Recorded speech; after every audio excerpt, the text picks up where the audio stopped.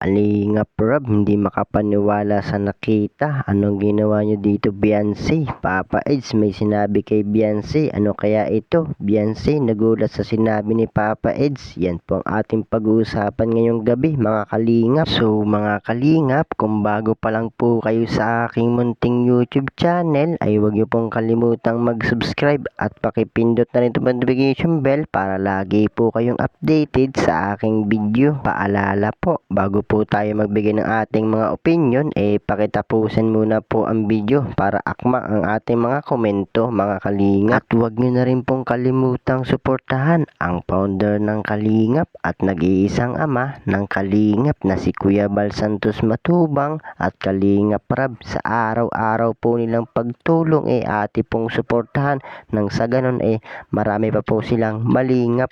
Ganon rin po ang kanilang may bahay na si Ate Edna Vlogs at Jackie Tapia.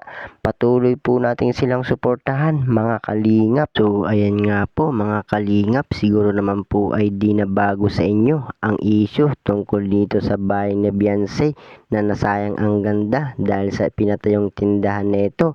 Marami ang nadismaya at isa na rito po si Kalingap Rab, mga kalingap, sapagkat marami pa pala ang plano sila dito sa bahay ni Beyonce. Papagawan pa nga sana ito muna ng bakod para safe ang family ni Beyonce at bago pa sana isingit etong tindahan na pinapagawa nila ngayon at galing nga po ito sa mga sponsor ni Beyonce ang pera o pundo para sa tindahan, mga kalingap. Pero ganun pa nga ang nangyari, di pa rin papatinag ang ating YP at Papa Eds, mga kalingap, bagkus nga mas lalo pang naging matibay ang kanilang pagmamahalan at mas lalo pang nai-inlove ang ating YP kay Papa Eds. Pero bakit secret daw muna ang kanilang relasyon? Private daw muna, sabi ni Beyonce.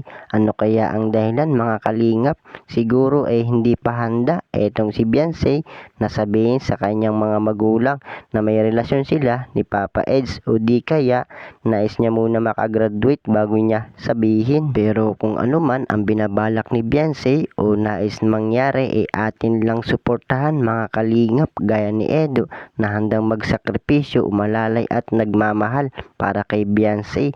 At nakikita naman talaga natin kung gaano niya alagaan si Beyonce, mga kalingap. Siguro nga sa lahat ng naging team ni Edo, si Beyonce na siguro ang last at di na niya papakawalan, mga kalingap.